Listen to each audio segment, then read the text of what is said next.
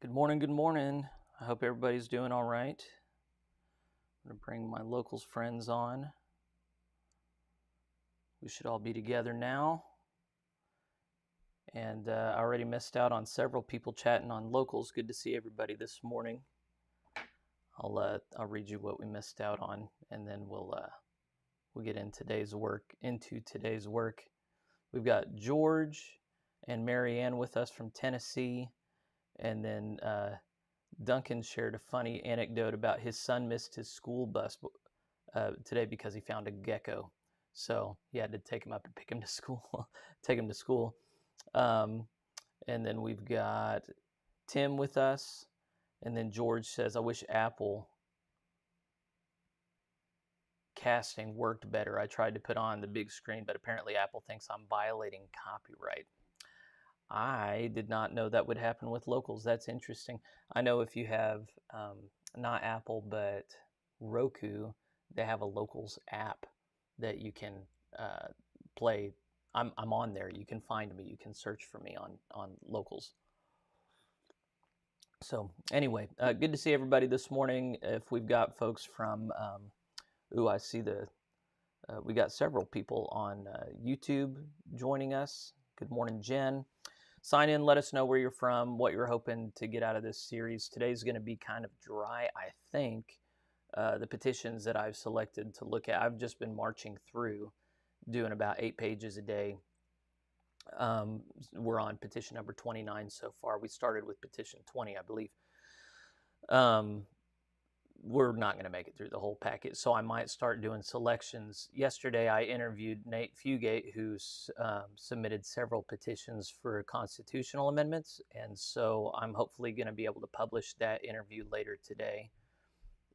We went over several of his amendments. We might have a second interview where we cover the rest. We'll see. But all the stuff from today is from the Transitional Leadership Council, which is the primary leading body in the GMC up till now, and it's going to transition out next month. Good morning, Earl. Good morning, Matt. Matt, I saw that I have an email from you, and I need to read it so that I can do a better job on this series. So I should be in touch with you later today. Duncan says, now that I understand how the business agenda at General Conference works, I do have a suggestion for how to work through the petitions. Okay, so I need to send me an email if you would about that, brother, so I can listen to you and look smarter than I am. I'm going to make sure that things show up from Restream. I'm not seeing anything from anybody on YouTube or Facebook, and that was frustrating because yesterday. Oh, okay, we do have some people. I'm sorry, they should show up now. Stephen Bachmeyer says, good morning. John Beavers, hey, you made it. Offer them Christ. JF from North Carolina. JP is with us from Oklahoma. Duncan says, with the order, we could outline them according to how they are broken up between the legislative committees and then further outline them in the way the committees are organizing them. Okay, so yeah, as they're releasing these minutes from their the legislative committees have begun meeting. I'm not sure all of them have yet, but we could attend upon them in a similar way to how they're doing them.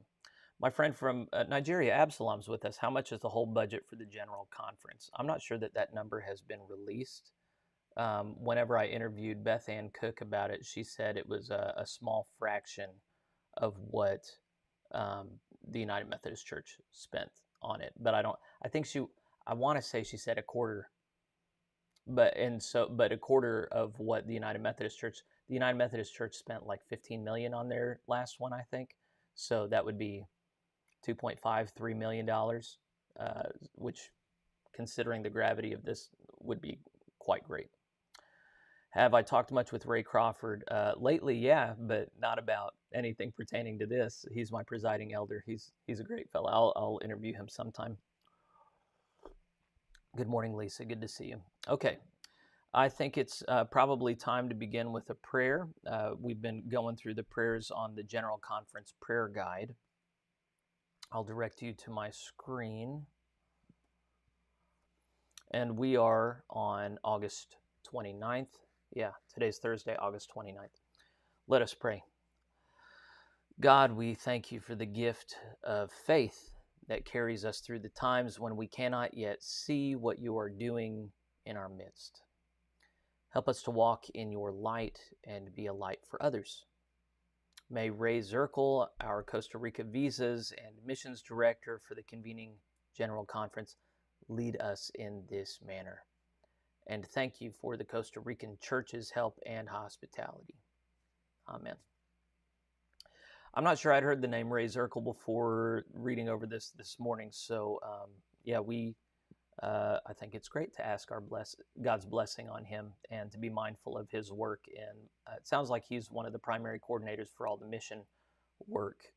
Um, if you're not aware, a lot of the delegates and attendees are going to have the option to do local mission work and evangelism work while in Costa Rica. So they're going to be mobilizing all of that. And if you want to fund some of that work, then the website where you can go and donate directly to the cause is so the world may know, so the world will know.org.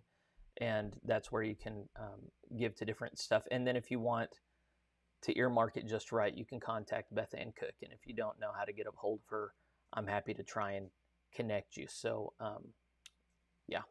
All right. That'll be that. Let's turn to our petitions for today. I've got the link in the show notes if you want to download these for yourself. This is petition 29. And so I'm just going to make my way through. I'm going to read the comments. I'm going to try and think through this stuff responsibly. My agenda in this is to do my best to help everybody else know what's coming before the floor of the General Conference, what the legislative committees are dealing with, and then also to prepare myself. I'm hoping to watch all of it live and be able to navigate it well.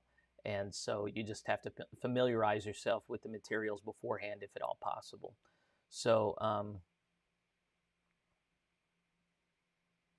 oh, okay, yeah, you're talking about Ray Crawford. Yeah, Ray is leading one of these Wesley pilgrimage trips. He's really great on those. I got invited.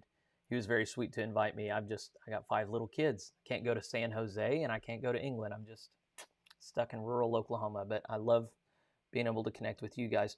Let's look at our first petition for today, petition 29. This is on the new election of bishops. It's a 2-page document submitted by the Transitional Leadership Council to the Committee on Episcopacy and Superintendency.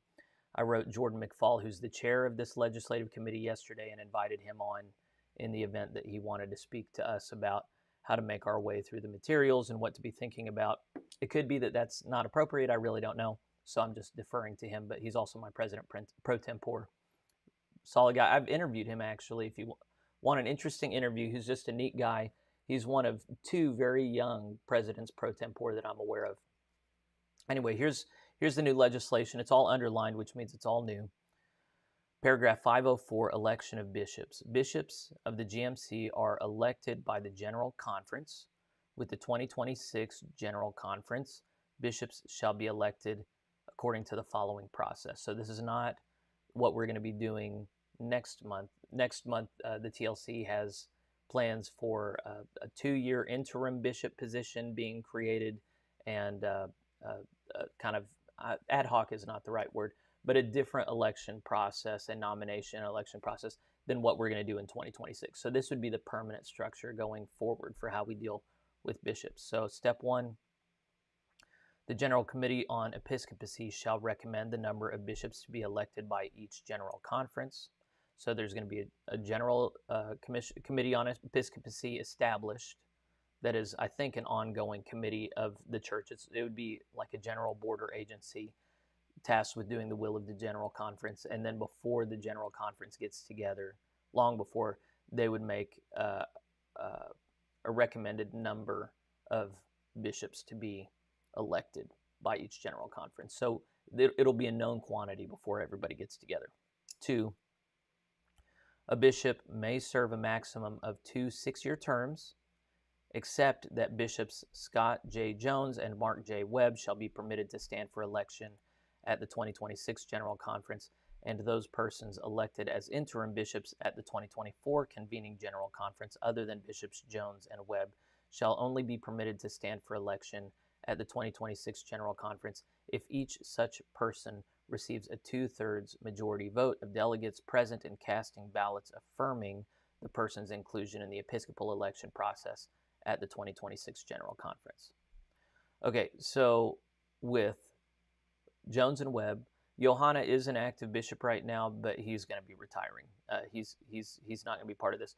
But Jones and Webb could come up for election in 2 years, as well as all of the interim 2-year bishops, but they can only do so if they get 2/3 of the votes from the General Conference, which in my opinion, unless one of them does something really stupid, it is not going to be hard for them to get 2/3 of the vote.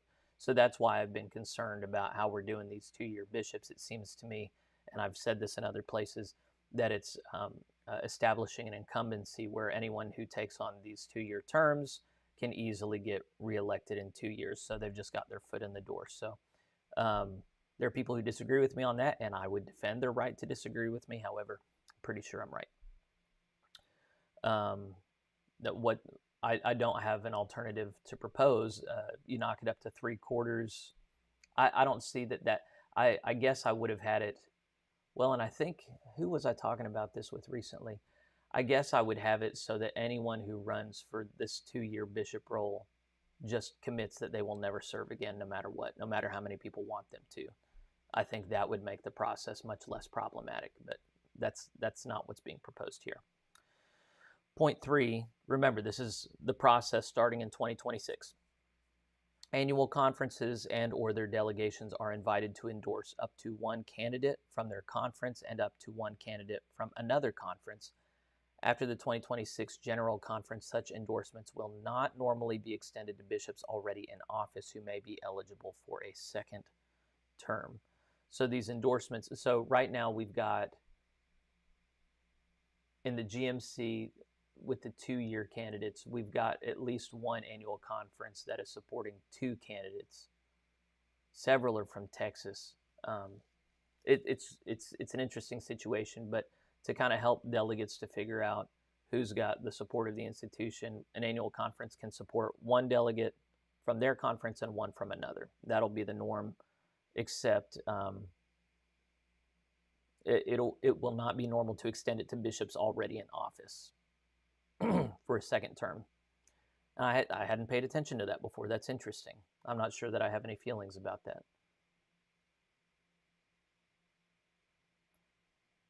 Yeah, I have no reason to like or dislike that, I don't think. But every voting system is different. 4, the General Committee on Episcopacy is charged with developing the plan to identify nominees for the episcopacy from the whole church. The committee is to produce a vetted slate containing not fewer than twice the recommended number of bishops. So I think currently with the 2-year bishops, it's 1.5, but here it's going to be, we need 13 bishops. We're going to have 26 names. They're just going to double it. This slate is to reflect the rich diversity of our movement as much as possible. The nominating process is to be published not less than 12 months before each general conference. So this is going to be way ahead of time. I think that is too early. I would have it be like 4 months, 4 to 6 months. So yeah, can you add anybody after that 12-month period, or is it set in stone? Point A, no member of the Committee on Episcopacy shall be eligible for nomination or election during their term of service on that committee. Okay, so if they're on the Episcopacy Committee, they can't get recommended by the committee for the episcopacy. That makes sense. B, the General Committee on Episcopacy shall sponsor whatever forums they deem appropriate to assist the General Conference in the election process. Okay, so they're not going to hem them in. They're just, however y'all think it's helpful, go ahead and design that process. C, active bishops eligible for an additional term who wish to continue in office shall be automatically included as nominees. That makes sense. D, information on each candidate shall be made available to delegates to the General Conference at least 60 days prior to the opening of the General Conference. So the slate is established a year beforehand, but then information on each candidate is not made available until 60 days prior. That seems really weird to me. Just make the slate and the information available 4 months beforehand. That seems reasonable to me. That's just very strange. Point 5, there shall be a prayerful balloting process for the election of bishops at General Conference. The Commission on General Conference shall provide for presiding officers not included on the ballot. At least 60% support plus 1 vote shall be required for election. So to adopt anything in the Book of Doctrines and Discipline is going to be a simple majority vote. We're going to require 10% more of the majority for bishops. And I like that. That sounds nice. You're going to have not just a barely majority margin of support, you're going to have a clear majority. Point 6, those elected to the office of bishop shall be consecrated at General Conference according to the historic manner. Very good. 7, the General Committee on Episcopacy shall assign the bishops to episcopal areas as best meets the missional needs of the church.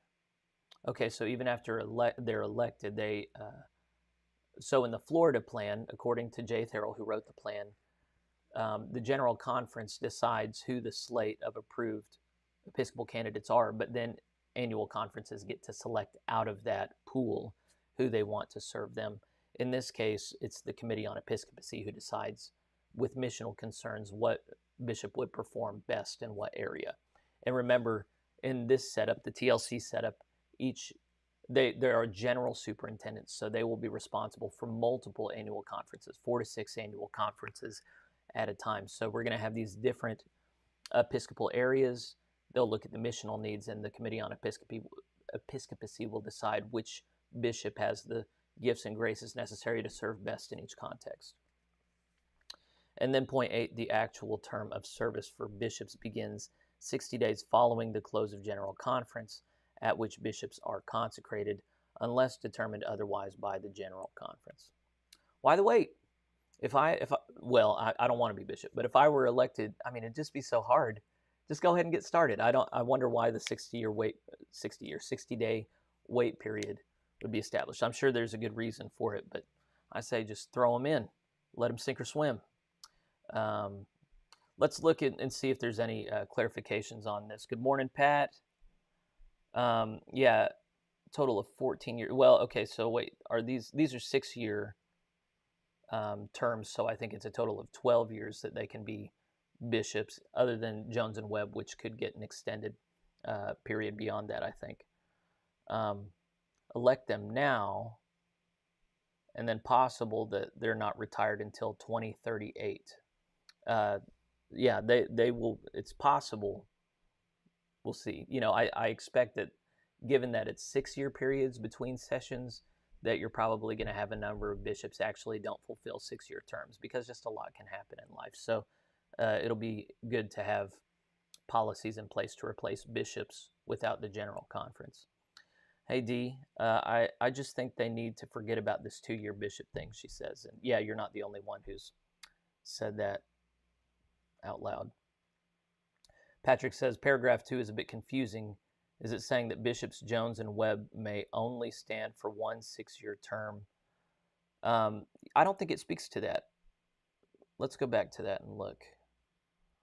That was in paragraph 2. Yeah, it really doesn't speak to if they can run again in 2033. no, 2032. What's 26 plus 6? Yeah, we're going to get together every 6 years. Okay, so 2 6-year terms, that's 12 years. A bishop may serve a maximum of 2 6-year terms, except that the 2 we've got shall be permitted to stand for election at the 2026 General Conference. Yeah, the except that I think would qualify, not that they can only serve 1 6-year term. I think it's just saying they've already served, and then, and it hasn't been a 6-year term. So what do we do with that? Well, we forget about this time, I think. And then they just start fresh along with the 2-year bishops if they get a 2/3 vote. I think that's what it's saying. I could be wrong. TLC people, you're very welcome to contact me and correct me, and I'll do my best to correct anything that I say that's not right. Okay, I'm not seeing any other comments about petition 29. I'm inclined to move on to petition 30. All right, let's do it. Give me what I want. There we go. This is to delete compensation and salary unit.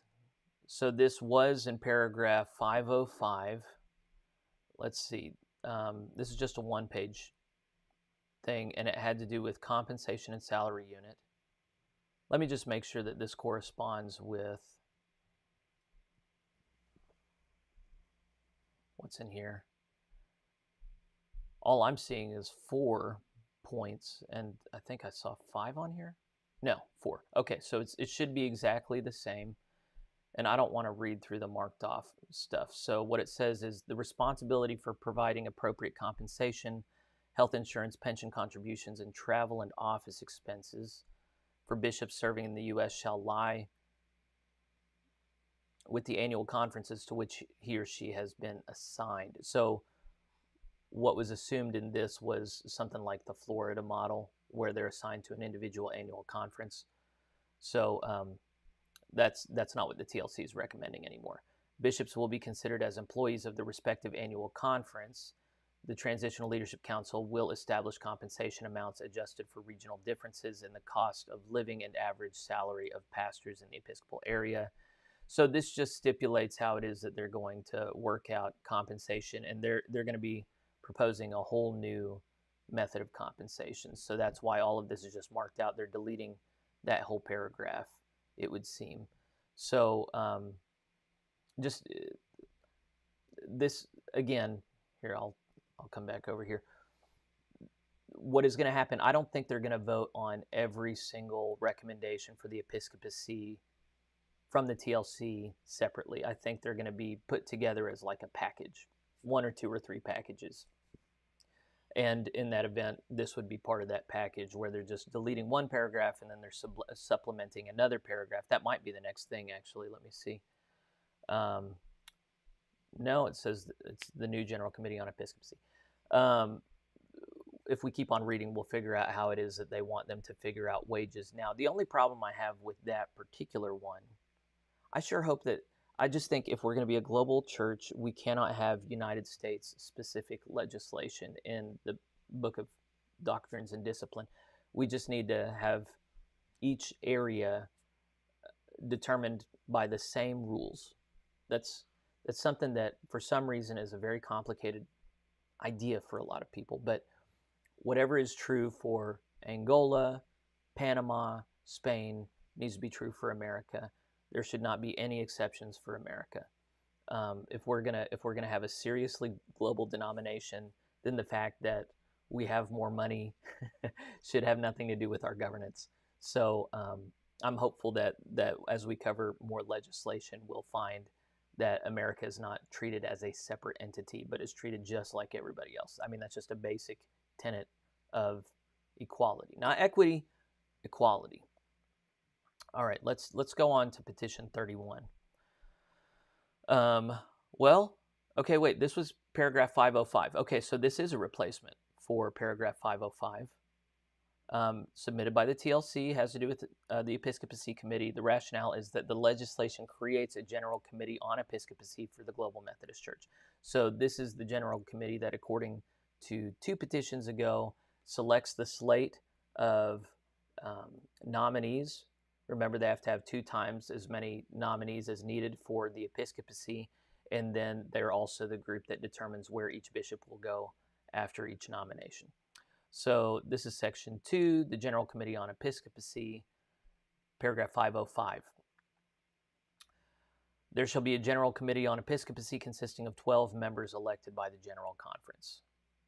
Okay, 12 members, General Conference. 1, the Connectional Council, so that's a replacement for the TLC, shall receive nominations of persons to serve on the General Committee on Episcopacy and produce a slate of 6 lay and 6 clergy nominees, diverse with respect to geography, ethnicity, and gender. They should have sex there, which shall be released publicly 30 days before the General Conference.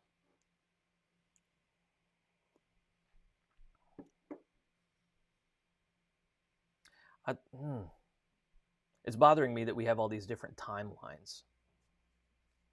Is it better to have a bunch of different timelines for things, or is it better just to have the same timeline for everything? I guess, man, I would have it be like 3 months out, where you have all the potential nominees for everything just out there, and then you have 3 months to research everything. I think that's enough time. Okay, well, whatever. Maybe they can amend that. Delegates to the General Conference may nominate additional persons from the floor. All nominees, with their consent, shall be included in a balloting process to elect 6 lay and 6 clergy members. So we're going to have a balance between lay and clergy. The list that's published beforehand is not comprehensive. You can nominate other people from the floor of General Conference. All delegates shall be empowered to vote for both lay and clergy nominees. So it's not laity can only vote for laity, clergy can only vote for clergy. Rather, everybody can vote for everybody. All delegates shall be empowered to vote for both lay and clergy nominees. A minimum of 60% support plus 1 vote of delegates present and casting valid ballots shall be required for election. Okay, same as the bishops. No one may serve more than 2 consecutive 6-year terms. Following the conclusion of the election, the Connectional Council may add 2 additional clergy members and 2 additional lay members to the General Committee on Episcopacy to ensure diversity. So you have the election for 12 people that the General Conference gets to make, but if it turns out being a bunch of people from America, then the General Committee on Episcopacy can just put 2 Africans or Filipinos or whoever on there to make sure that it's balanced. So it's not a pure Democratic or Republican system. It's that plus there is like special committee involvement that can augment things a bit. 2, the General Committee on Episcopacy shall determine and elect its own officers. The Connectional Operating Officer, that's the replacement for Keith Boyett, shall chair the meeting at which such officers are elected. So just on that first meeting, the Chief Connectional Officer will just lead it so they can figure out their own leadership, and then he'll step out. 3, if a member of the General Committee on Episcopacy is elected to serve as a bishop of the church, that member's service on the General Committee shall terminate upon election to the episcopacy. I thought previous stuff said that they couldn't run for the episcopacy while on the committee. I think I can find that kind of quickly.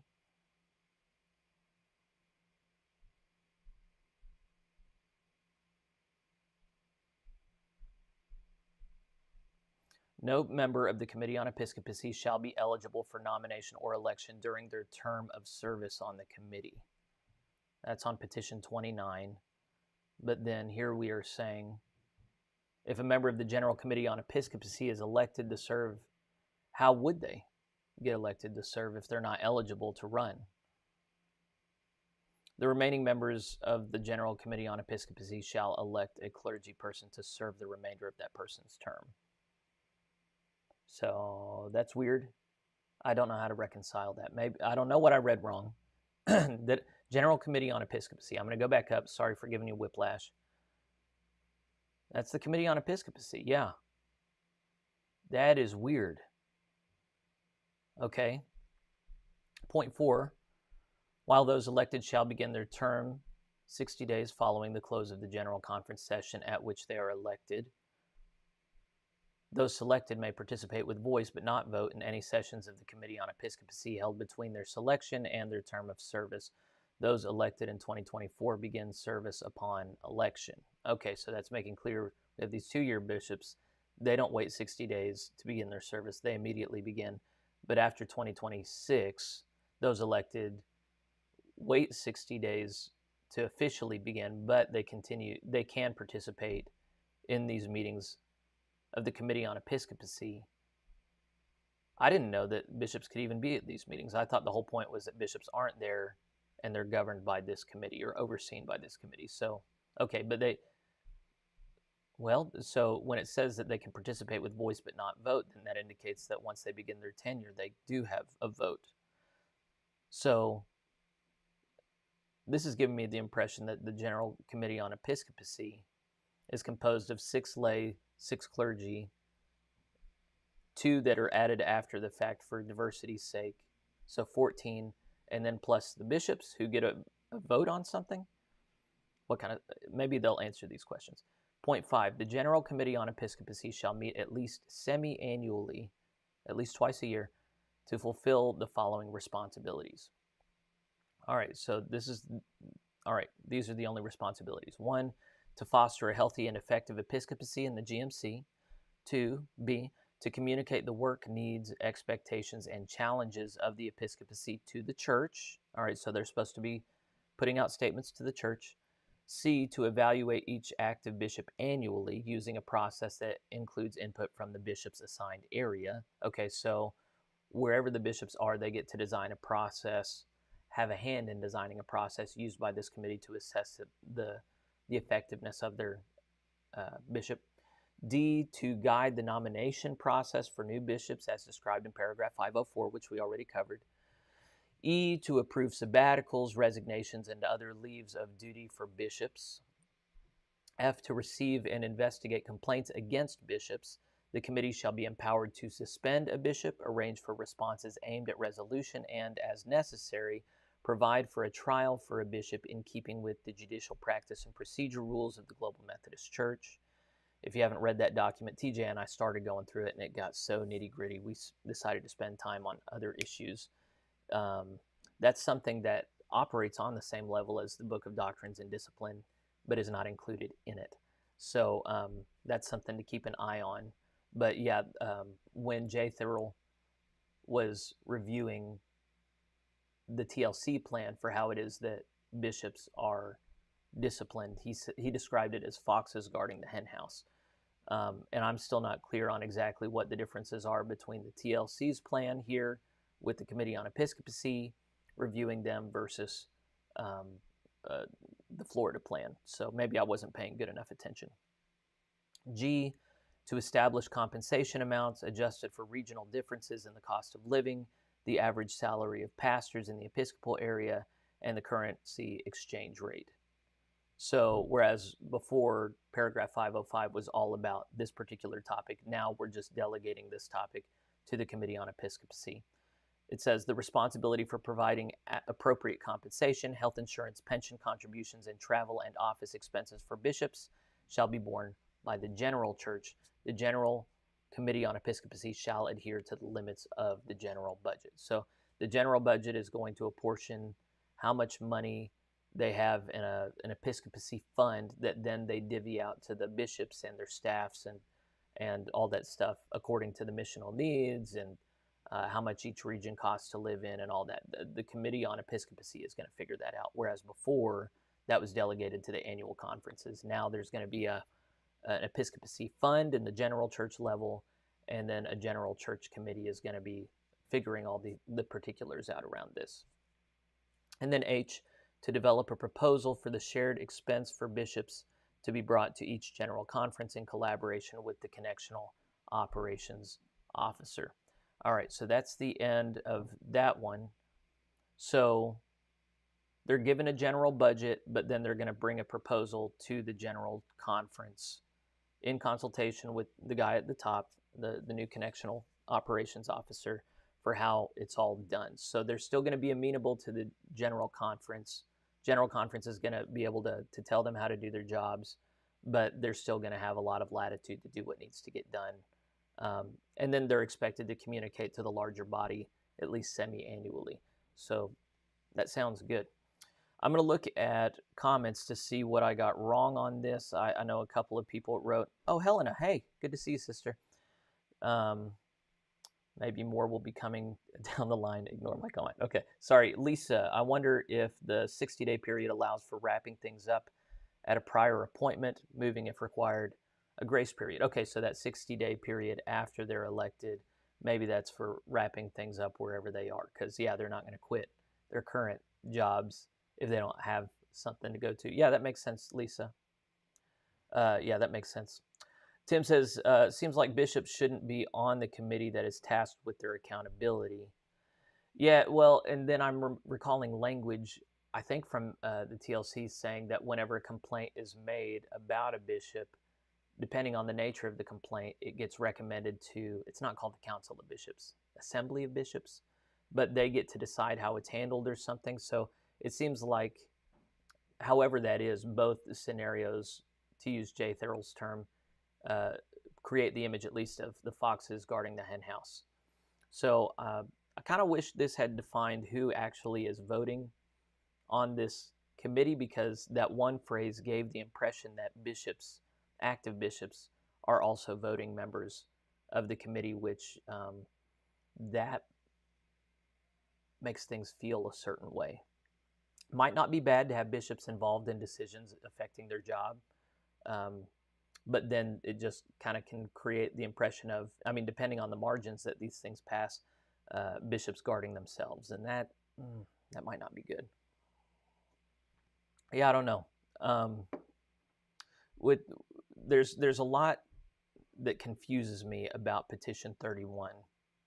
So maybe these things will become more clear as we go through more of the TLC legislation, but at least for the time being, I'm anxious about this one. I hope that it's augmented in a number of ways, at least for clarity, by the Episcopacy Committee. So, yeah, I think that's the only words I've got to wrap that up. We're at 8:06, and then Petition 32 is the last one I was going to aim at doing today. I'm going to look at one more comment from Patrick. It says, realistically, the 60-day period may also be used for additional vetting. Hopefully not necessary, but, yeah, hopefully we've done all the vetting needed before they come before the General Conference. Hypothetically, I think bishops' candidates can be, it didn't say it in any of the legislation we've looked at so far, but surely you can have nominations from the floor if need be for Episcopal candidates.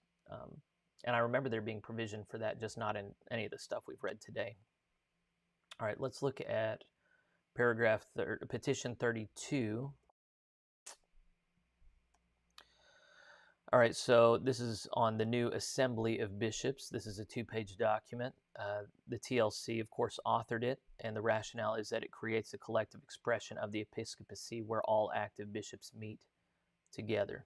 So I already know that the vision here is something approximating the United Methodist Church's Council of Bishops, the hope being that they are able to meet together and be of one heart and mind about the missional needs and the integrity and identity of the GMC, such that they're able to lead collaboratively rather than separately. So that is not the vision of the Florida plan, the hybrid model. The superintendency model has just a few bishops leading a large group. To listen to Jay Therrell talk about his model, these would be archbishops leading what are called conference superintendents, but he would say they're effectively bishops. And so the question is, what would provide for better unity? I think in both situations, actually, the TLC plan would hypothetically provide for better unity. The larger group you have at the top, the harder it is to find much unity. So let's see how it describes it here. Paragraph 506, the Assembly of Bishops. By virtue of their election and consecration, bishops, including interim bishops, are members of the Assembly of Bishops. So I don't think this is presidents pro tempore, or bishops emeritus. I think this is just bishops and interim bishops. That would be like bishops in that 60-day period. And then also these 2-year interim bishops that begin to next month maybe. All right, so they are members of the Assembly of Bishops. They're bound together in a special covenant. As the collegial expression of episcopal leadership, the Assembly of Bishops speaks pastorally to the church and from the church to the world. The Assembly of Bishops is composed of all active bishops and shall have the following responsibilities. All active bishops, so not bishops emeritus. 1, provide a faith community of mutual trust, concern, and accountability, which results in the sanctification and well-being of its members. So that's what the Assembly of Bishops is supposed to be, a faith community of mutual trust, concern, and accountability. That's hard. Okay, 2, watch over one another in love, in cooperation and consultation with the General Committee on Episcopacy. So that's, watching over another in love. That's the accountability method that Methodists have of getting up in each other's business. Point 3, plan for the growth, vitality, and extension of the church. So how are we going to grow this thing? How are we going to keep this thing healthy and holy? They're going to confab over that. 4, organize the assembly as deemed most helpful to the mission of the church. So we're not going to tell you how to gather, how it needs to be organized. You guys do that. 5, issue teaching documents as may correct errors, provide theological and moral guidance, and deepen faith. So this is something that individual bishops have done over the years. It's not clear on if this is an expectation that they do collectively or individually, but that's interesting. So part of their job, the fact that it's in the Assembly of Bishops, that makes me think that it is expected that they do this collectively. So it's important that they all be on the same page theologically. 6, exercise temporal leadership as defined by the Book of Doctrines and Discipline. Of course, the bishops are designed in the TLC plan to operate primarily on a spiritual level, not a temporal level. So they're still giving them temporal authority as defined broadly in the Book of Doctrines and Discipline. 7, ensure effective consultation in the appointment process. I don't see how they can do that given how spread out they're going to be. They're mostly going to be delegating to conference superintendents realistically. 8, develop and administer plans of resolution when complaints against bishops are referred to the Assembly of Bishops by the General Committee on Episcopacy. Okay, so yeah, this would be the foxes guarding the henhouse scenario where the General Committee on Episcopacy receives a complaint against a bishop, and then the committee recommends it over to the Assembly of Bishops, and they need to administer plans of resolution. 9, designate trained and qualified persons to preside over church trials as described in the Judicial Practice and Procedure Rules of the GMC. We just talked about that document.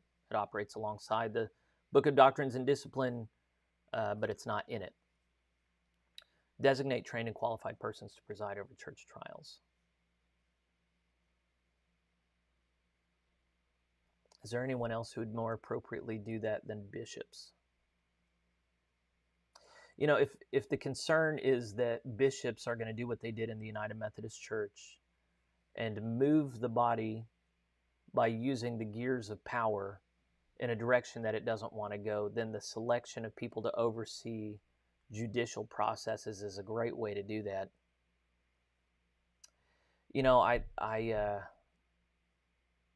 don't know. I'm inclined to say that what's the Judicial Council of the GMC called? It's like the Connectional Council on Appeals, I think is what it's called. It seems to me that they should be responsible for who is going to be running the system of justice rather than the bishops.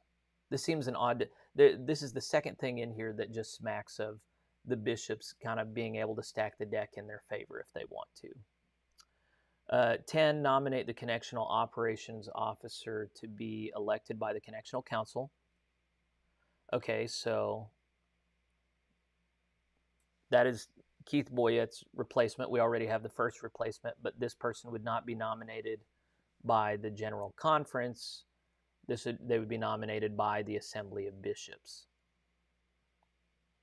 And then the Connectional Council will nominate its own Connectional Operations Officer. So this is another way in which the General Conference is not necessarily governing itself, but delegating governing authority, deciding authority to others.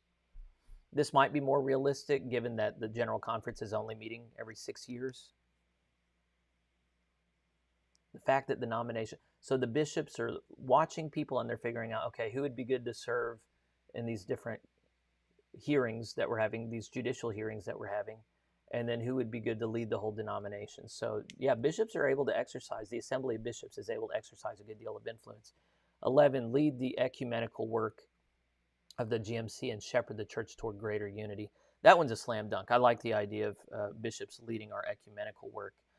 But bishops having, this needs to be something that the General Conference delegates decide with eyes wide open. Are we going to allow the bishops to have such a big role over who serves in such positions of authority and influence in the denomination? I guess I'm of the mind that I would rather other people make those nominations.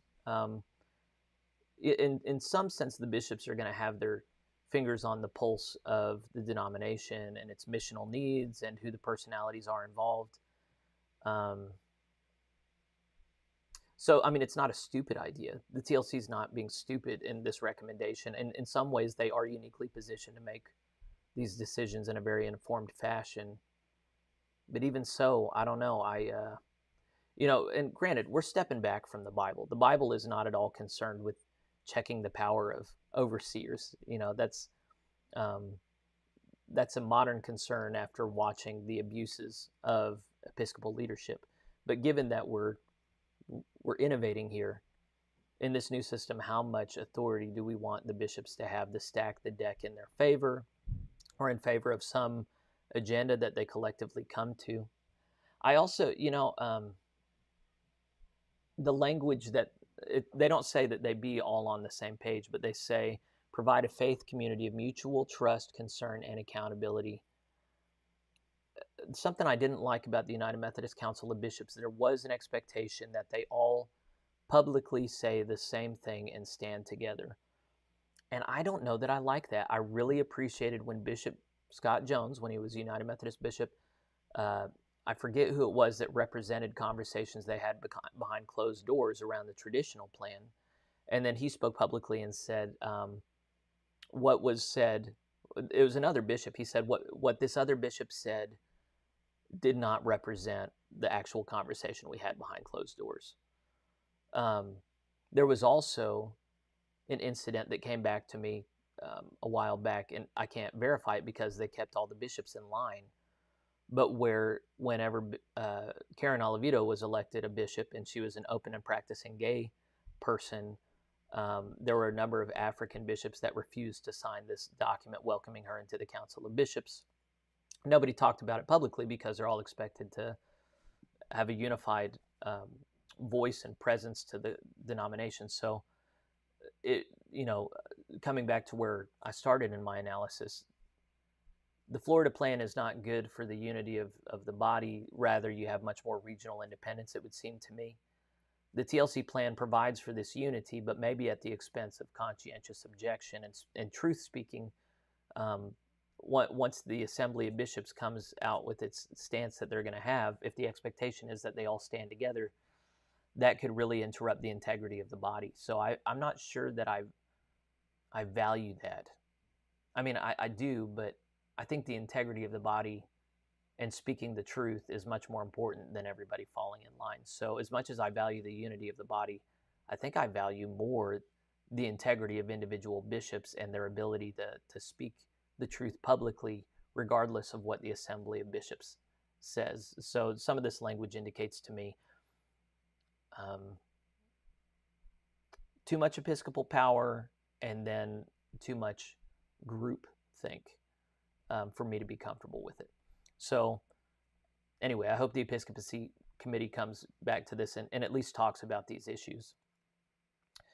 Duncan says, the geographic diversity appointment seems like a clunky way to compensate for the dominance that is likely in the electoral process from the most populated areas. It is clunky, but is there a better method? He says, perhaps better to limit the number that can be from a region based on some multiple of their proportion of the overall population. I would like that, but if we're trying to stay away from quotas, so, I mean, that's just a value I have, and, TJ, who's gone through this with me. We really want it to be a meritocratic system, in my opinion. And if it just so happens that one region has more high-quality leadership, then it'll be quite unfortunate if we say, okay, well, you still can't serve because we need a certain number from Northwestern Africa, or, vice versa. I mean, there's no reason why. I actually suspect we would have much bolder leadership in, say, the Philippines or Northwestern Africa or Eastern Asia than we have in America. So, man, heck, what if we have 3 amazing people in Eastern Europe? That would be great for the general church, but we can't consider 3 because we've cut it off at 2 or even 1, So that's, I think, my Western ideology there and individualism and meritocratic loyalties preclude that. But I don't think it's a stupid idea, Duncan. I think Well, and when we're going to have a global church, are we going to be ruled by just a flat meritocracy, or are we going to guarantee that people at the top represent all regions of the church? So this is not something that I think would be the death of the denomination if we went that way. It's just we need to decide our theology and ideology on the front end here. D says bishops on the Committee on Episcopacy, is problematic, but if with voice but no vote, that would be similar to the way pastors serve on the local church committees, correct? Yes, except that was stipulating it's only in that 60-day period before they come into office fully that they don't have a vote. So they have voice but not vote. The insinuation is, or the assumption is, that once that 60-day period ends, then they have a vote on the committee. So yeah, the committee should have the right to consult whoever they want to, but that language suggested that bishops actually have some kind of entitlement to a role on the committee, and after a certain point, even a vote on the committee, which would be a problem. Oops, I skipped. D says, assembly bishops have too much power. It sounded that way to me too. Lisa says, if working properly, the assembly of bishops should hold one another accountable to the discipline. Yes, should. But that's also what the Council of Bishops was supposed to do in the UMC. So question is how optimistic. Why would we be more optimistic about the new thing than the old thing? What's the difference? That's the question I've been raising over and over, and I know it annoys people. We need more checks and balances. Yeah. Bishop D says, bishops holding each other accountable is what got the UMC in the ditch. We must avoid this situation reoccurring. And Stacy says, listing confidence that avoiding corruption is being taken seriously by leadership. It certainly is by the laity, and that is part of the disconnect. I'm going to think about, lysing isn't a word. What is she typing? Losing. I'm losing confidence that avoiding corruption is being taken seriously by leadership. It certainly is by the laity. That's part of the disconnect. I'm not sure that you're wrong. It does seem like there's much more confidence from those in leadership than those on the grassroots. And there is a distance that's growing, and I think the leadership needs to close that distance. And to be frank, that's why I started Plain Spoken. I wanted to be a platform where people in authority could come on and be held accountable by people and explain themselves to people, and then also hear from people. And I haven't given up hope on that, even though they've really controlled how this can work. I'm hopeful that after the general conference, they completely change their communication strategy and allow for the institution to be much more vulnerable to the people. But the concern right now is we're about to call this big gathering in San Jose where there might be a big disconnect between the laity and the uppermost clergy, and how entitled the leadership feels to trust and latitude, and how unwilling the laity and some lower class clergy are willing to offer that. And that's a concern that I have. It could easily derail if the upper leadership tries to claim too much ground, or if the grassroots leadership delegates refuse to give any ground. And so that's definitely something to be in prayer about. Oh yeah, Stacy clarified losing. Yeah. Well, wait. She said many people are talking about disconnecting already, and this is something that we need to be prepared for. I think we need to go ahead and anticipate that after every general conference, there are going to be churches that leave, and that just makes sense. Whenever you're going to stand for something, that means that there are other people that don't want to stand with you, and the strength of the Global Methodist Church is going to be that we don't coercively restrain people, that we let churches go that want to go. So hopefully, if we are an institution and movement that has integrity, and we stick by the Bible, and we're faithful and bold in that, then we will continue to grow by the integrity of our movement, and others will be drawn to that. But then there will also be people who just say, okay, well, you took this stance on whatever issue it is, Episcopal leadership. We just can't be under Episcopal leadership like that. We've got to go. And then we can say, go with God's blessing. we're not going to hold you back. And so we will be a coalition of the willing, but we just need to understand there are going to be a lot of people who, even if they love certain things about the GMC, are not going to want to be a part of it. And we have to let them go, and we need to be okay with people wanting to leave. It's not always a sign that you're doing something wrong when people want to leave. Sometimes it's a sign that you're doing things right. And the nature of church is just very difficult.